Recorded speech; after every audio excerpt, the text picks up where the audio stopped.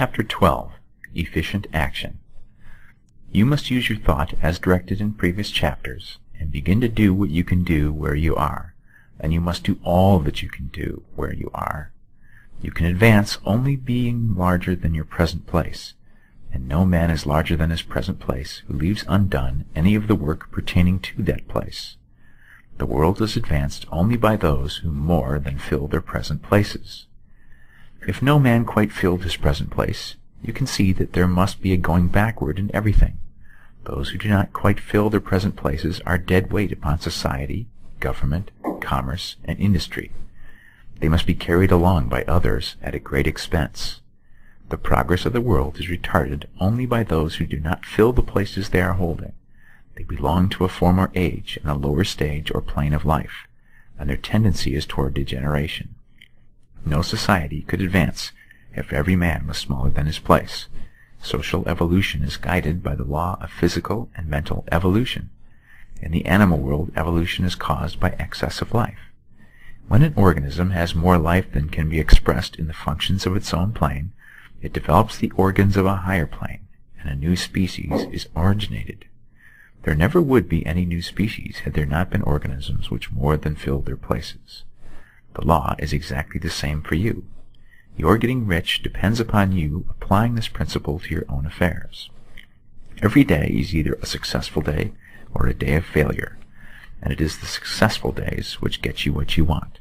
If every day is a failure, you can never get rich, while if every day is a success, you cannot fail to get rich. If there is something that may be done today, and you do not do it, you have failed insofar as that thing is concerned, and the consequences may be more disastrous than you imagine. You cannot foresee the results of even the most trivial act. You do not know the workings of all the forces that have been set moving in your behalf. Much may be depending on your doing some simple act. It may be the very thing which is to open the door of opportunity to very great possibilities. You can never know all the combinations which supreme intelligence is making for you in the world of things and of human affairs. Your neglect or failure to do some small thing may cause a long delay in getting what you want. Do, every day, all that can be done that day. There is, however, a limitation or qualification of the above that you must take into account. You are not to overwork, nor to rush blindly into your business in the effort to do the greatest possible number of things in the shortest possible time. You are not to try to do tomorrow's work today, nor to do a week's work in a day. It is really not the number of things you do, but the efficiency of each separate act that counts. Every act is, in itself, either a success or a failure. Every act is, in itself, either effective or inefficient. Every inefficient act is a failure, and if you spend your life in doing inefficient acts, your whole life will be a failure. The more things you do, the worse for you if all your acts are inefficient ones.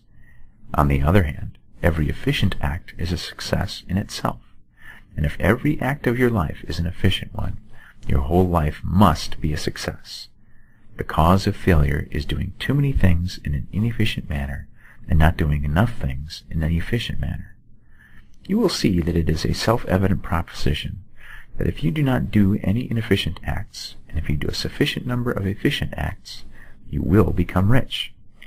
If, now, it is possible for you to make each act an efficient one, you will see again that the getting of riches is reduced to an exact science, like mathematics. The matter turns then on the questions whether you can make each separate act a success in itself. And this you can certainly do. You can make each act a success because all power is working with you, and all power cannot fail. Power is at your service, and to make each act efficient, you have only to put power into it. Every action is either strong or weak, and when every one is strong, you are acting in a certain way which will make you rich. Every act can be made strong and efficient by holding your vision while you are doing it, and putting the whole power of your faith and purpose into it. It is at this point that people fail who separate mental power from personal action. They use the power of mind in one place and at one time, and they act in another place and at another time. So their acts are not successful in themselves. Too many of them are inefficient.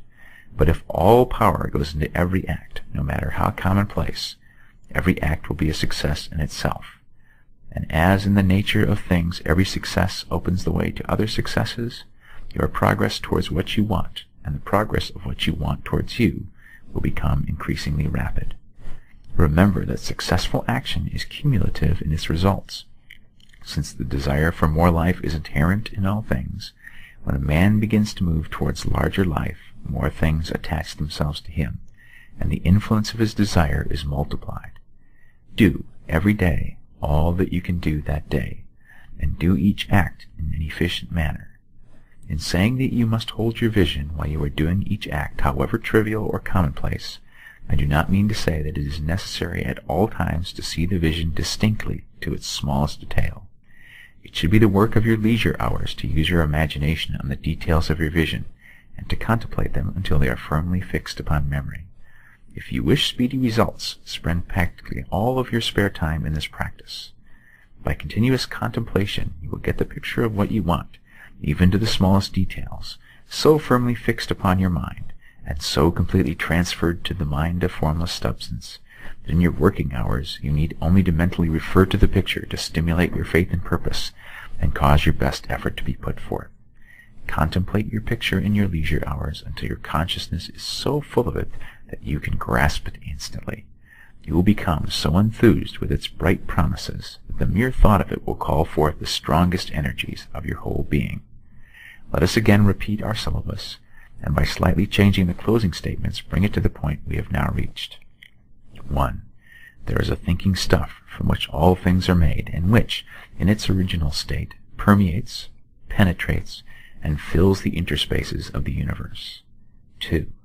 A thought in this substance produces the thing that is imaged by the thought. 3. Man can form things in his thought, and, by impressing his thought upon formless substance, can cause the thing he thinks about to be created. 4. In order to do this, man must pass from the competitive to the creative mind. He must form a clear mental picture of the things he wants, and do, with faith and purpose, all that can be done each day, doing each separate thing in an efficient manner.